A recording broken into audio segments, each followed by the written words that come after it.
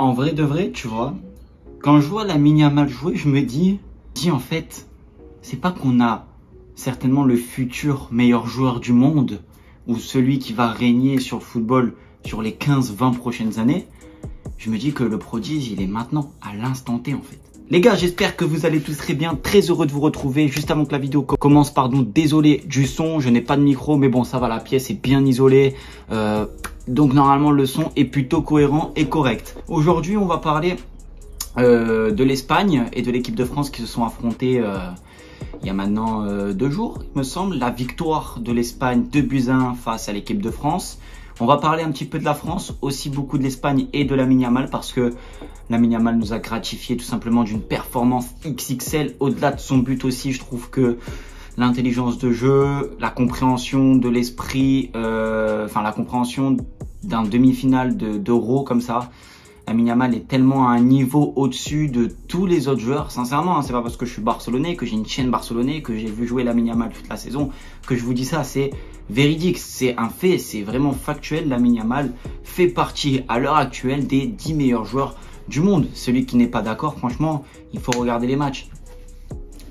Donc l'équipe de France s'est inclinée 2-1. J'ai envie de dire c'est la suite logique de cette équipe de France qui, tout au long de son parcours de cet Euro, a su montrer quand même certaines limites. Déjà les limites offensives avec un Kylian Mbappé totalement inexistant. On l'a vu déjà à la fin de saison avec le PSG. Il a entamé sa campagne avec l'équipe de France toujours avec le même le même état d'esprit qui était mauvais, hein, et du coup Mbappé a raté sa compétition. Déjà qu'il le reconnaisse, je trouve que c'est une bonne chose. On attendait beaucoup plus de Kylian Mbappé. Je suis vraiment très déçu parce que c'est le capitaine, c'est celui qui doit montrer l'exemple.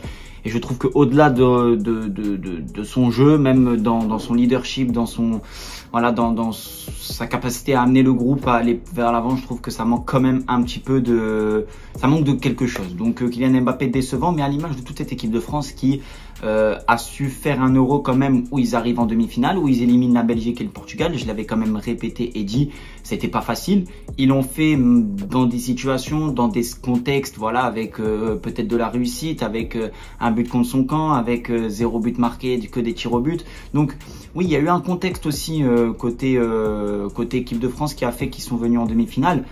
Mais sur une demi-finale comme ça, tu peux pas ne jouer que 15 minutes. Alors, est-ce que c'est parce que l'Espagne a été cueillie à froid et n'a pas entamé et mis le rythme nécessaire d'entrée? Ou est-ce que c'est parce que l'équipe de France a tout simplement montré ses limites au bout de 20 minutes? Parce que les 20 premières minutes de l'équipe de France sont vraiment bonnes. Elles sont vraiment bonnes. Et ensuite, voilà, il y a le talent aussi. Je trouve que ce but-là de Lamine Yamal met un gros coup de massue à l'équipe de France qui ensuite n'a pas su se relever et se fait directement retaper dessus par Dani Olmo. 2-1. Donc la rencontre... Je vais pas dire qu'elle était équilibrée parce que c'est pas vrai. Comme je l'avais dit dans l'avant-match, dans mon pronostic, je savais que l'Espagne allait donner le rythme, allait donner le tempo, allait contrôler le match.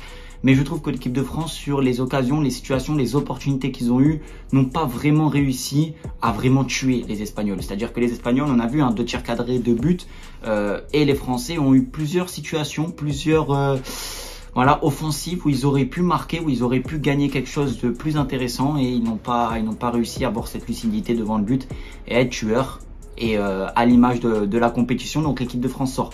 Mais qu'on soit d'accord, l'Espagne mérite bien évidemment sa qualification par rapport à ce qu'ils ont montré, par rapport à ce qu'ils ont fait, à comment ils s'organisent dans un match. Ils méritent la qualification, ils ont le talent individuel, le talent collectif, tactiquement au-dessus de l'équipe de France de Deschamps sur ce match-là en tout cas, mais dans l'ensemble de la compétition, sincèrement, ils sont au-dessus. Donc victoire et qualification amplement méritée pour les Espagnols qui méritent d'aller en finale et qui, pour moi, alors j'ai pas envie de dire qu'ils méritent de la gagner parce que justement une finale ça se joue pas, ça se gagne, hein, vous connaissez le dicton. Donc aller en finale c'est bien, mais il faut ensuite la gagner. Je sais pas comment ça va se passer face aux Anglais qui sont passés hier soir, mais en tout cas les Espagnols méritent d'être en finale et vont, pour moi, je pense la remporter parce que dans le jeu c'est vraiment très très fort. Ce que j'ai souligné aussi des Espagnols, et après je pense qu'on va s'arrêter là parce que j'ai pas envie trop de me ressasser les souvenirs, hein. Ça, en tant que Français ça fait quand même mal, mais c'est comme ça. Ce que j'ai énormément aimé du côté espagnol, c'est la capacité à Bon, le pressing français était pas bon, on va pas se mentir ici, était mal fait, mal organisé à contre-temps. Mais dans un pressing à la 85, à la 88, les Espagnols ne perdaient pas le ballon. C'est-à-dire qu'ils étaient capables de sortir de la densité pour aller à l'extérieur, pour essayer d'aller à l'opposé. Ensuite, dans l'axe, ça ressortait. Donc ça faisait courir l'équipe de France à la 89, 90, même 92e. Ils allaient chercher haut à la 93e avec le pressing de Dani Olmo, de Ferran Torres. Bref, ils allaient en fait chercher l'équipe de France alors qu'ils étaient menés. C'est comme ça qu'on gagne un match. C'est-à-dire qu'ils sont capables d'aller chercher haut même en étant menés, en voulant garder un score. Mais aussi dès qu'ils ont la balle, ils font pas n'importe quoi, ils ne la jettent pas, ils ressortent, c'est propre, c'est fluide. Et moi j'aime beaucoup ce genre d'équipe là qui joue avec ce football de possession mais pas stérile parce qu'il sert à quelque chose. Il sert à énerver l'adversaire, à faire courir l'adversaire, à les fatiguer, les épuiser. Et franchement l'équipe d'Espagne sur ce plan là le fait à la perfection. Donc victoire méritée, qualification méritée de l'Espagne. Lamine Yamal c'est tout simplement une machine de guerre. Je pense qu'on est tous présents ici et témoins pour dire que son but ça sera certainement le plus beau but de l'Euro. Je suis super content d'être capable de voir en fait ce genre de joueur là, de l'avoir vu aussi toute la saison avec le Barça parce que je savais ce qu'il allait faire avec l'Espagne. L'équipe de France ne le prenait pas à deux. Aucune prise à deux, aucun prise de risque avec lui, le laisser frapper, le laisser centrer, le laisser... Il faut pas Lamine Yamal et quand il a de l'espace, il est trop dangereux. Donc franchement, Lamine Yamal, étincelant. On va voir comment sa finale, il va la négocier parce que c'est le meilleur joueur, un des meilleurs joueurs espagnols dans cette compétition. Ça sera ou le meilleur joueur de la compétition ou en tout cas le meilleur jeune joueur, ça c'est sûr.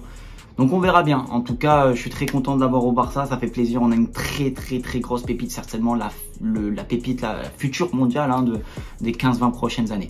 Merci de m'avoir suivi. Prenez soin de vous et de votre famille. On se retrouve pour le débrief de la finale. Ciao.